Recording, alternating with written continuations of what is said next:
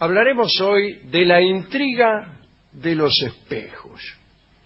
La tradición vidriera de Venecia se remonta al siglo XIII.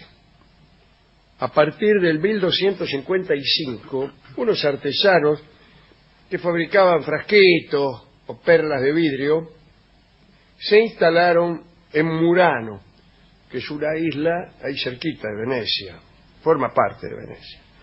Muchos vidrieros de Venecia decidieron unirse a aquel grupo. Cuentan que reuniéndose de este modo eran más fuertes y estaban más protegidos sus secretos de los curiosos. Los historiadores sugieren tres razones para explicar la superioridad de los espejos de Murano. Primero, la salinidad del agua del mar, la claridad de la llama que producían debido a la clase de leña que utilizaban y la cantidad secreta de sal o carbonato sódico que utilizaban. Además, los apoyaba el Estado.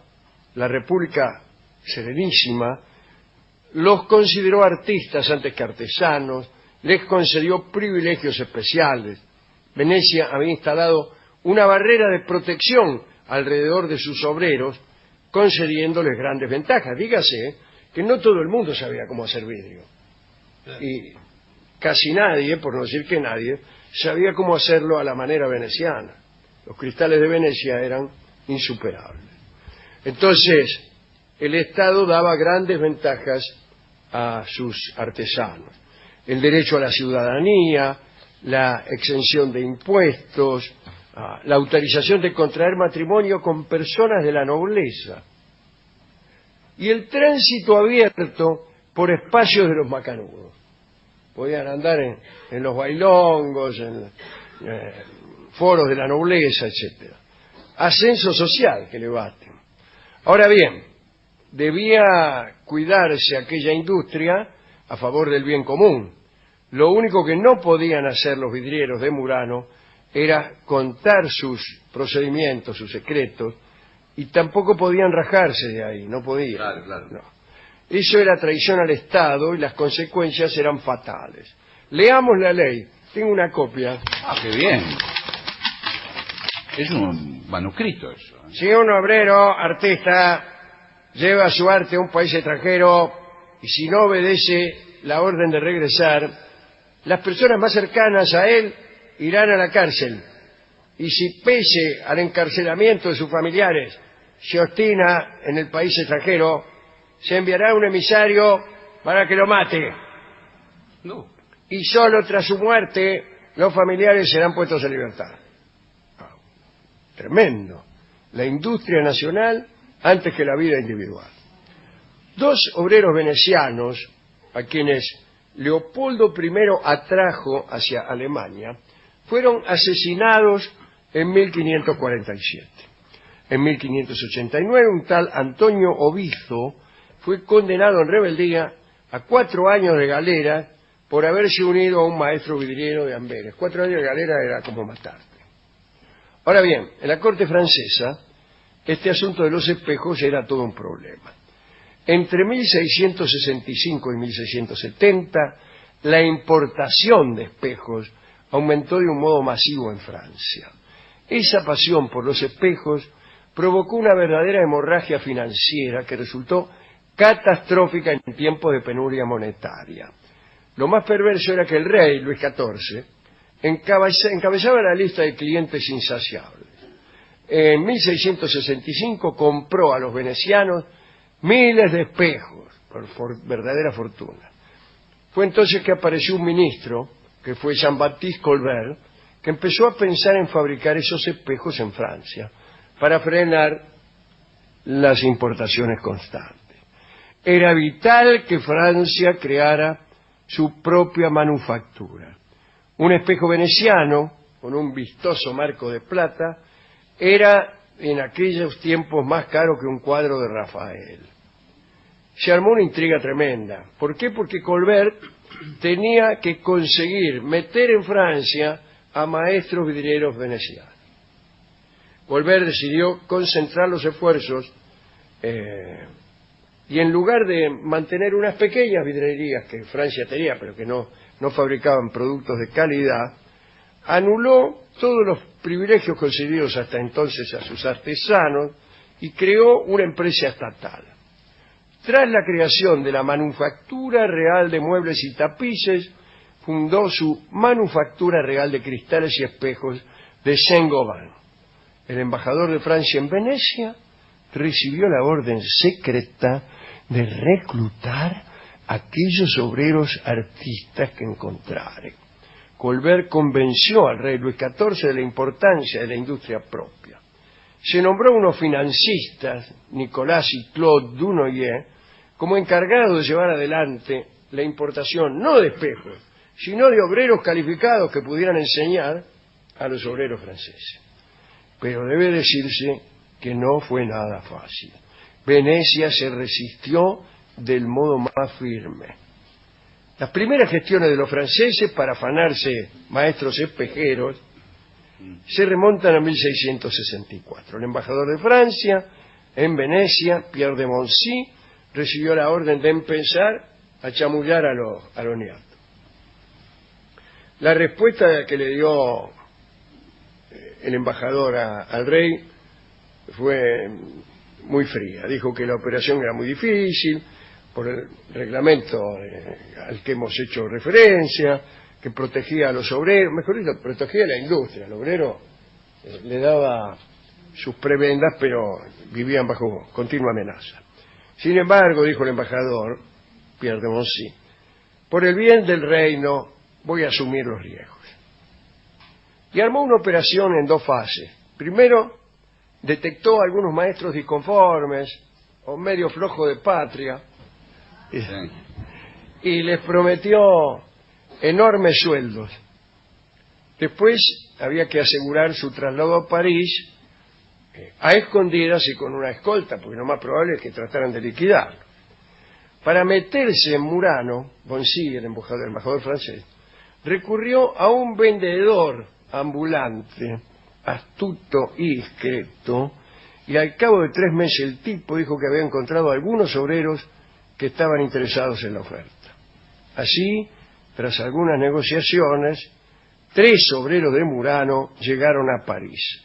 Se llamaban Lamotta, Pietro Rigo y Suane Dandolo. Dandolo es un apellido veneciano bastante ilustre. Varios dux de la República Serenísima se llamaron Dandolo. Las autoridades venecianas se enteraron. ¿Dónde está Lamotta? ¿Dónde está Rigo? ¿Dónde está? Se enteraron.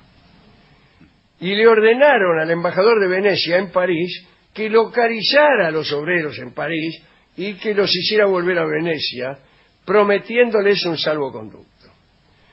Pero no, los tipos no volvieron. Fue el primer triunfo de Francia.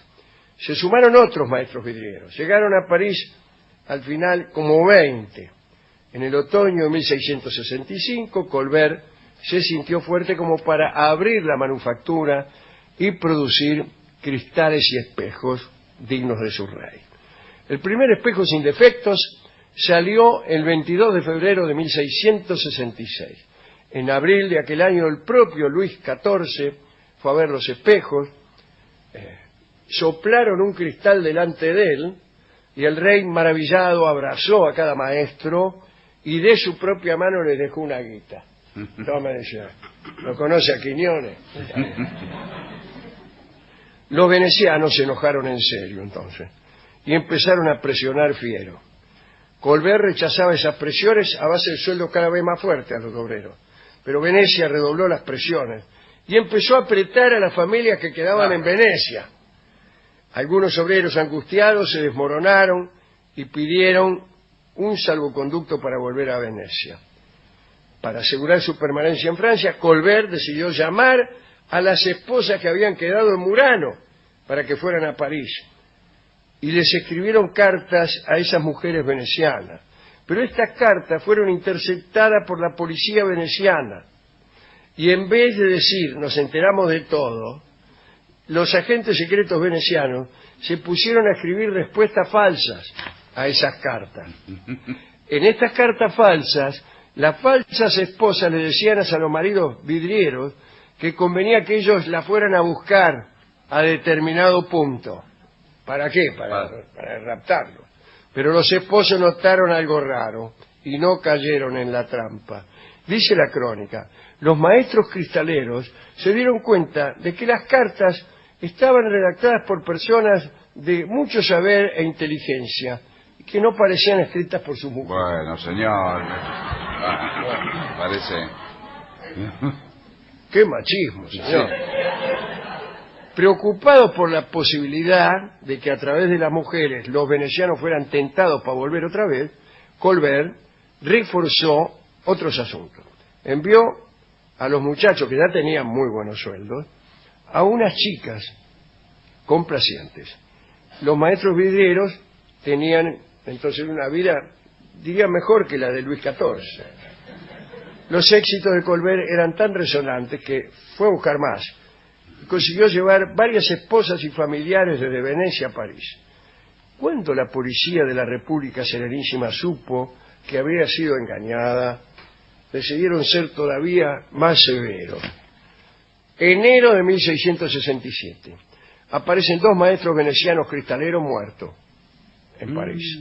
El primero, un pulidor, murió tras 2 días de fiebre espantosa. Segundo, un soplador. ¿Qué tal? Sí, bien, especialmente hábil en la preparación de pasta de vidrio, murió. Espasmos horribles. De ese modo, la manufactura real de cristales y espejos de Colbert perdió a 2 de sus mejores artesanos. Se solicitó una autopsia, ¡pum!, veneno. La República Serenísima había actuado. Se produjo entonces temor y un éxodo de maestros que Francia apenas si podía controlar.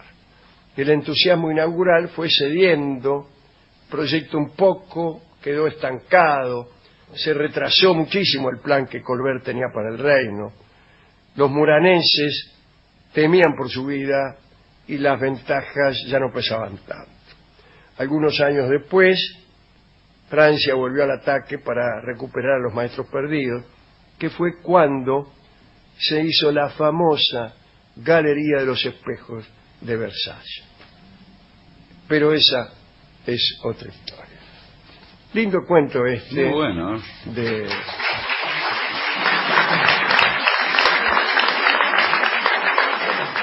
De los vidrieros de Venecia. Aquí se decía hijo de vidriero al que se colocaba delante de algo que uno estaba mirando, o sea, la televisión o por la ventana. Bueno. Y le preguntaba amistosamente, ¿qué sos? ¿Hijo de vidriero? Afortunadamente ya no se usa esa clase de inciso. ¿Con qué podemos ilustrar esta historieta? Hay una brevísima canción que pertenece a los radiocines y que se llama El Espejo. Es nada menos que un tango acerca del espejo de Blancanieves, que está cantado por la madrastra y por el espejo, que es también una mujer. Así que es un tanguito que implica un bello dúo de 2 mujeres. El espejo.